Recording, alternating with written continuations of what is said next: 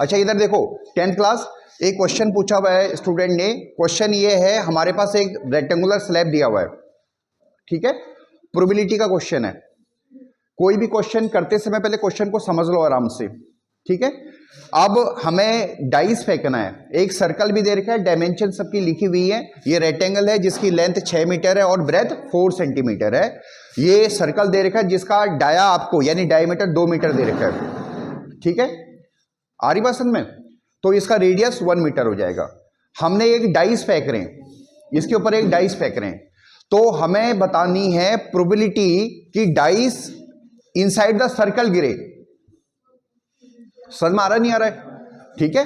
तो देखो ये एक रैंडम एक्सपेरिमेंट है और इसमें हम ऐसा मान सकते हैं कि जो हमारी टोटल प्रोबेबिलिटी है, यानी डाइस हम इसी रेक्टेंगल में फेंक रहे हैं, तो टोटल प्रोबेबिलिटी हमारा प्रोपोर्शनल है एरिया के। किसके? एरिया के प्रोपोर्शनल है। समझ में आ रहा नहीं आ रहा है? ठीक है। हम ऐसा मान सकते हैं, बहुत सेफ अज्यूमशन कर सकते हैं कि जो हमारी प्रोबेबिलिटी है वो प्रोपोर्शनल है एरिया के।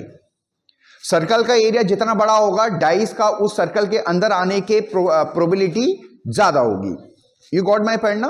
तो हम सेफली इसकी प्रोबेबिलिटी को ऐसे मान सकते हैं कि डाइस अगर सर्कल के अंदर पड़े तो उसकी प्रोबेबिलिटी होगी एरिया ऑफ सर्कल। एक कांस्टेंट लगा सकते हो, constant area of circle, area of circle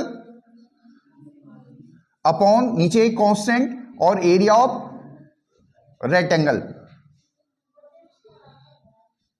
है ना? कांस्टेंट कट जाएगा। सर्कल का एरिया क्या होगा? पाई आर स्क्वायर। पाई की वैल्यू हमें दे रखी है कि 22/7 लो, और जो हमारे पास रेक्टेंगल है वो लेंथ इंटू ब्रेथ। पाई की वैल्यू 22/7, रेडियस 1 × 1 और लेंथ है 6 × 4, यानी 22/7 24, 6 को 24, नीचे 1, आप इसको कर दोगे 22/7 1 × 24। ये आ रहा है? सर में नहीं आ रहा है? आप इसको सॉल्व कर दो।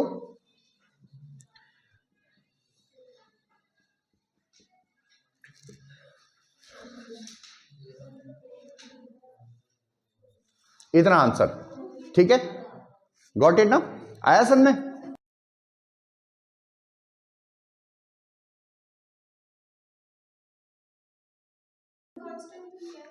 कांस्टेंट इसलिए लिया मेरे बेटा क्योंकि देखो हमारी जो प्रोबेबिलिटी है वो प्रोपोर्शनल होगी एरिया के, वो प्रोपोर्शनल होगी एरिया के, प्रोपोर्शनल होगी। ये गॉट माय पॉइंट ना? इसलिए हमने उसको एक्यूरेट करने के लिए कांस्टेंट ले लिया है। Got it?